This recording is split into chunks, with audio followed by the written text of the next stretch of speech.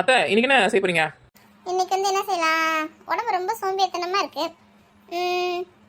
இன்னைக்கு வந்து சோம்பேறி சிக்கன் செய்யலாம்.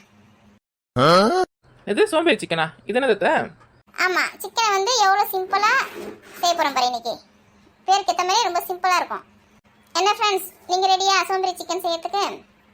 இது செய்யறதுக்கு தேவையான பொருள்லாம் சொல்றேன், நோட் பண்ணிக்கோங்க. சிக்கன் வந்து 1/2 கிலோ எடுத்துக்கலாம். மருமகளே, விக்கி ரவி இதை வாங்கி. கொடுங்க அத்தை. அடுத்தது வெட்டி வச்ச வெங்காயம், வெட்டி வச்ச தக்காளி கொஞ்சம். இந்த சிக்கனுக்கு போகிறதுக்கு தேவையான மசாலா சொல்கிறேன், நோட் பண்ணிக்கோங்க.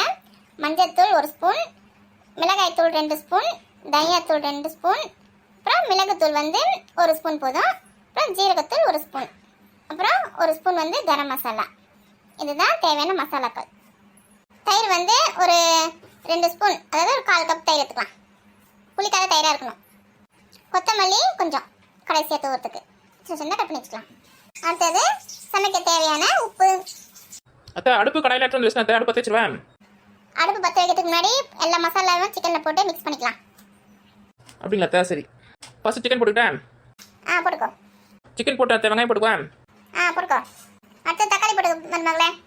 தக்காளி போட்டு அத்தை. மசாலா டப்பா எடுத்துக்கோ. எடுத்தாச்சு. மஞ்சள்தூள் 1 ஸ்பூன் போட்டுக்கோ. அப்புறம் மிளகாய்த்தூள் 2 ஸ்பூனு, தனியாத்தூள் 2 ஸ்பூன் போட்டுக்கோ.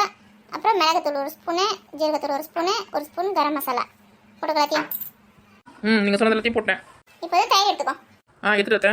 2 ஸ்பூன் போட்டுக்கோ அதில். போட்டேன். கொஞ்சம் உப்பு போட்டுக்கோ. கொஞ்சமாக போட்டுக்குவா?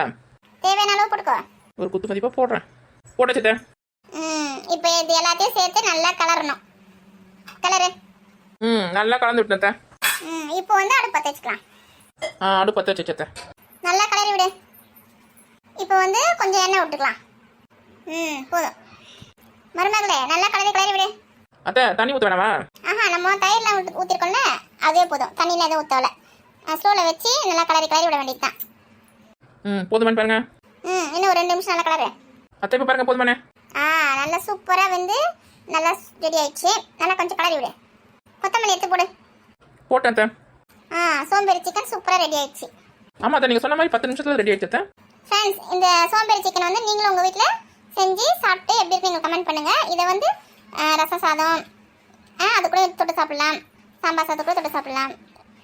சைட் டிஷ்ஷாக சூப்பராக இருக்கும். இல்லை வெள்ளை சாதத்தை கூட சேர்த்து பிசைஞ்சு சாப்பிடலாம். சூப்பராக இருக்கும். எங்கள் வீடியோ பிடிச்சிருந்தா லைக் பண்ணுங்கள், கமெண்ட் பண்ணுங்கள், மறக்காமல் சப்ஸ்கிரைப் பண்ணுங்கள். இது வரைக்கும் எங்கள் வீடியோ சப்ஸ்கிரைப் பண்ண எல்லாருக்குமே ரொம்ப ரொம்ப நன்றி.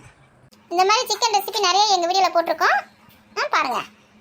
ஒரு ரெசிபி ஒரு டேஸ்ட்டில் சூப்பராக இருக்கும். பாய்.